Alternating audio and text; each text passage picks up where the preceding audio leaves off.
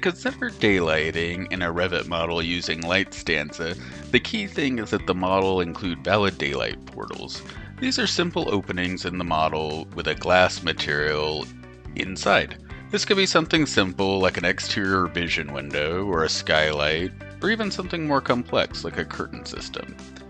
There are a few different techniques available in Revit to construct such daylight portals. One way is in the floor plan view. You can also do this in a ceiling plan. Under the wall drop down, you can add an architectural wall and then use one of the built-in curtain wall types to create the curtain wall panels and mullions. Going further down the architecture tab, there are a few other tools that can work for this as well. Windows are great just for simple exterior windows or skylights. And then curtain systems enable you to model something more complex like a curved curtain wall. Regardless, the key thing for LightStanza is just that the system you create has a glass material applied so that daylight can be considered. Once you have daylight openings added, we can return to a 3D view to validate that they are modeled correctly. We can review the materials of each, in this case, curtain wall by selecting the pane. And then if we hold down the tab key, now we can actually get the individual panels on top. You can open edit type, and then this will show which material is assigned to the glass type. So for glass type here, we have glass tube light glazed for the upper portion of the window. And similarly, we can check the bottom half by just doing a tab select and then getting the pane.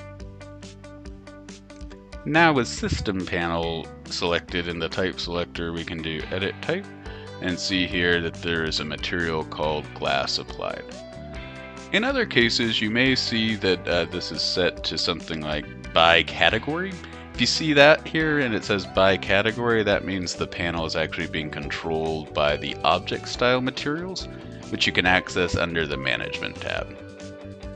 So in this file, all curtain panels have some default materials assigned. So if you see by category, it'll be using the object style materials rather than the type material. But because these are both glass, they're already set up properly. And one final thing to check is that these are true glass materials and not just mislabeled opaque materials. So we can do that by going to the Manage tab and opening the Materials library.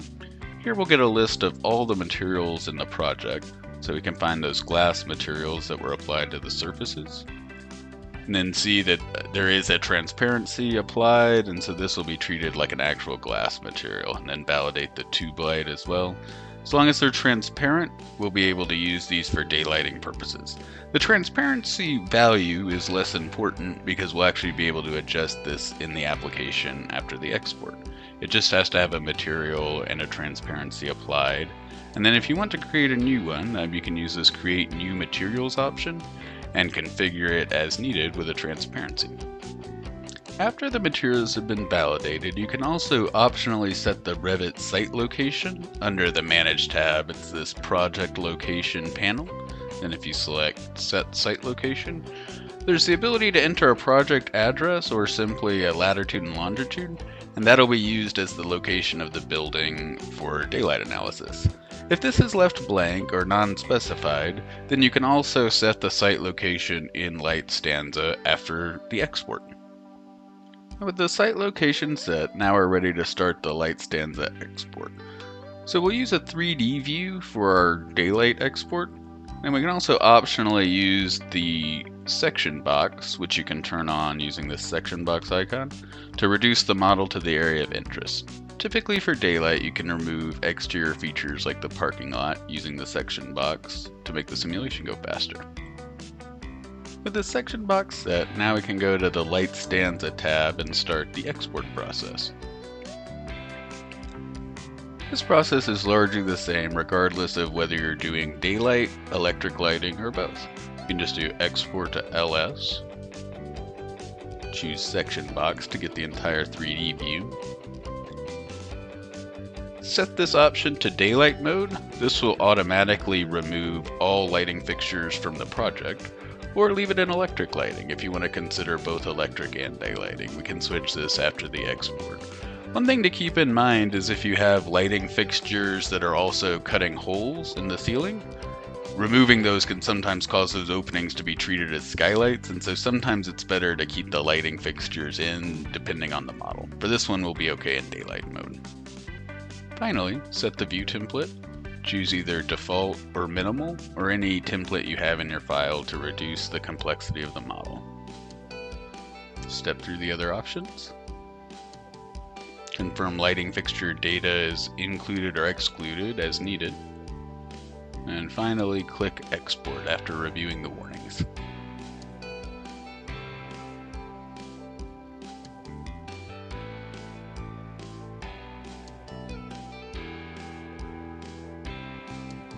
After the export is complete, you'll see a digital twin of your Revit model open in your web browser. Here you can navigate around to validate that the geometry came in correctly, and also review the materials. So under the material panel, we can see that our major surfaces, floors, walls, and ceilings, came in with IES default reflectance values. And our window materials, the upper and lower portions of the window, were all assigned a visual transmittance of 65.1%. If you need to adjust these, you can do so from the material dialog for the most accurate simulation. And we can also review the site location towards the bottom of the modeling toolbar to see that our project address came in as expected and that our site location is accurate. From here, the program will automatically find a weather station that's close to that model location and use that for the purposes of daylight simulations. Now with all the key model inputs validated, we can close the modeling panel and start a simulation. For daylighting, you'll want to make sure the sun is turned on and the light bulb is turned off, or include both at the same time as needed if you do have lighting fixture data. From here, there are a few different kinds of calculations we can start in daylight mode. You can do a grid analysis and get calculations for a single point in time, or also multiple times throughout the day or throughout the year, and get basic results that way for a single sample.